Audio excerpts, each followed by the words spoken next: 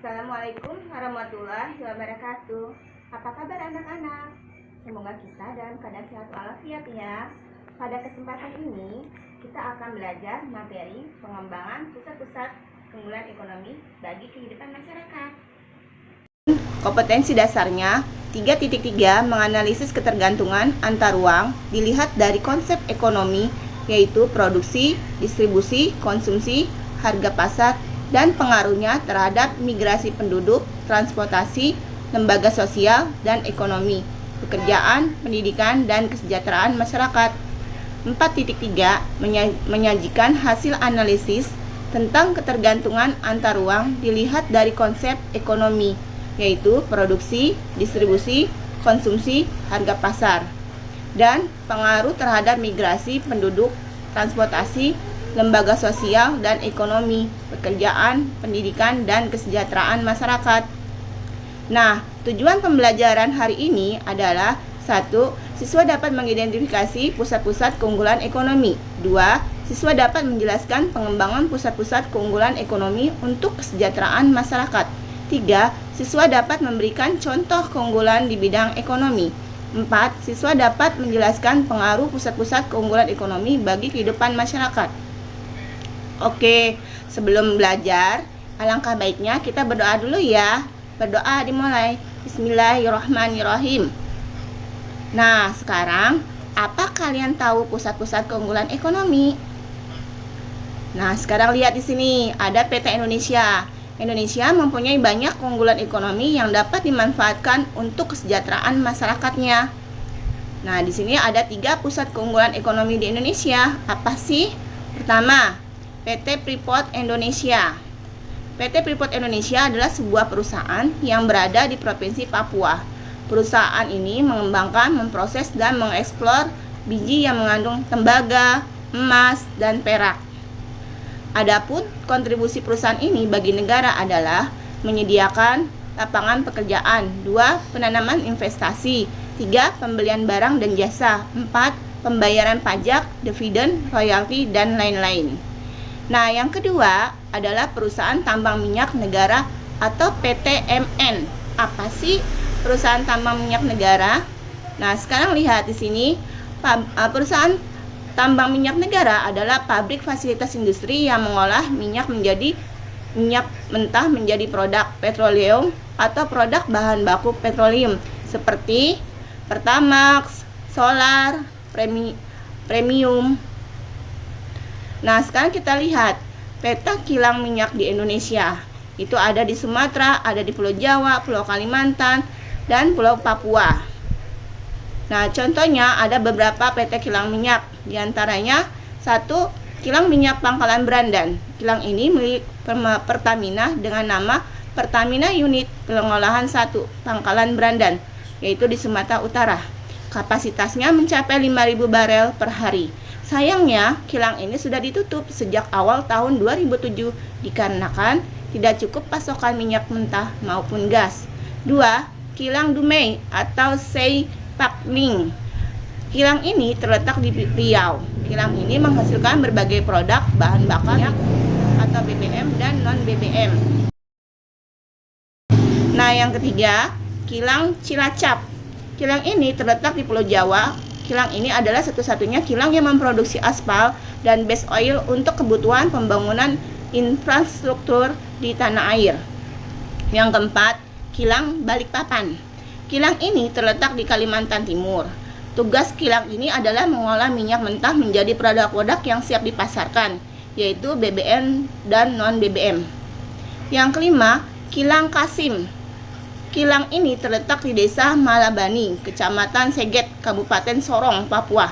Lokasinya berada di sekitar kilang PetroCina dengan dasar pertimbangan menghemat biaya transportasi, mengurangi biaya investasi, tersedia arena yang luas, dan jauh dari permukiman penduduk, yaitu adanya di tengah hutan. Nah, yang keenam, Kilang Balongan. Kilang ini terletak di Indramayu, Jawa Barat. Kilang ini paling terakhir dibangun Pertamina dari 7 kilang yang dimiliki. Kilang ini memiliki nilai strategis karena menjaga kestabilan pasokan BBM ke DKI Jakarta, Banten, dan Jawa Barat. Nah, yang ketujuh, Kilang Cepu. Berdasarkan maklumat Menteri Kemakmuran nomor 5, daerah perminyakan Cepu secara resmi menjadi perusahaan tambang minyak negara. Tugasnya menjamin pertahanan dan pengadaan BBM di Pulau Jawa. Nah, sekarang 3 keunggulan yang dimiliki Indonesia yaitu adalah batik Indonesia. Nah, lihat di sini ya, macam-macam batiknya. Batik merupakan salah satu ekonomi kreatif yang bernilai tinggi dan bagian dari budaya Indonesia. UNESCO telah menetapkan batik sebagai warisan budaya sejak tanggal 2 Oktober 2009. Dilihat dari tekniknya, batik dibagi menjadi 3, yaitu pertama, batik tulis. Kamu lihat di sini ya gambarnya. Batik ini dibuat dengan tangan dan memerlukan waktu sekitar 2-3 bulan. Wow, lama juga ya. Nah, yang kedua, batik cap. Batik ini dibentuk dengan cap dan penyelesaiannya butuh waktu sekitar 2-3 hari. Nah, yang ini baru sebentar ya. Singkat, hanya 2-3 hari. Ketiga, batik lukis. Batik ini dilakukan dengan melukis kain putih dan serat kain alami. Bagus ya. Nah, sekarang apa sih pengaruh pusat-pusat keunggulan ekonomi bagi kehidupan masyarakat? Mari yuk kita pelajari lebih lanjut lagi. Nah, pengaruh pusat-pusat keunggulan ekonomi yaitu pertama, ya, migrasi penduduk. Manusia melakukan perpindahan untuk memperoleh sesuatu yang tidak tersedia di daerah asalnya. Alasan perpindahan beragam, tetapi umumnya karena faktor ekonomi. Adapun perpindahan penduduk ada yang bersifat permanen dan ada yang bersifat sementara. Nah, lihat contohnya ya. Nah, yang kedua, pengaruhnya adalah transportasi. Pusat keunggulan ekonomi membawa pengaruh terhadap terjadinya perpindahan penduduk yang didukung oleh sarana transportasi yang memadai. Pemerintah membangun sarana jalan, bandara, pelabuhan, kapal laut, dan pesawat. Dan diharapkan dengan tersedianya sarana transportasi, maka proses interaksi sosial, budaya, dan ekonomi dapat berjalan dengan lancar. Ketiga, lembaga ekonomi. Pusat keunggulan ekonomi juga berkaitan dengan bermunculnya lembaga sosial ekonomi. Lembaga ekonomi adalah lembaga yang mempunyai kegiatan di bidang ekonomi demi terpenuhinya kebutuhan masyarakat. Yang keempat, pendidikan. Globalisasi dalam bidang ekonomi akan mempengaruhi pendidikan penduduk suatu negara. Sumber daya manusia yang berpendidikan akan menjadi modal utama pembangunan nasional, terutama untuk perkembangan ekonomi. Karena pusat keunggulan ekonomi membutuhkan tenaga ahli dan terampil. Kelima, berkembangnya pusat keunggulan ekonomi berdampak pada bertambahnya produksi barang dan jasa yang akan berpengaruh pada bertambahnya kebutuhan tenaga kerja, sehingga lapangan kerja semakin luas. Nah, sekarang sudah mengerti semuanya ya anak-anak, materi yang sudah Ibu berikan kepada kalian. Nah, tugas kalian adalah mengerjakan lembar kerja peserta didik.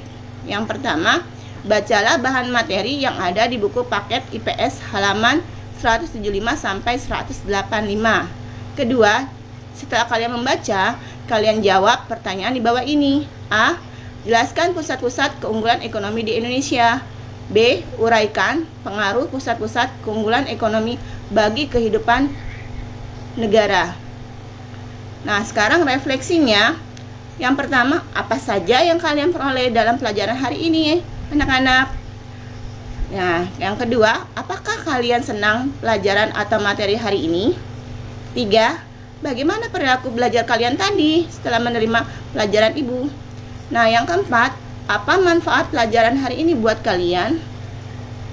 Nah, sekarang setelah kalian refleksi, untuk pertemuan minggu depan, pelajari tentang pasar bebas dari buku paket IPS kalian atau sumber lainnya ya.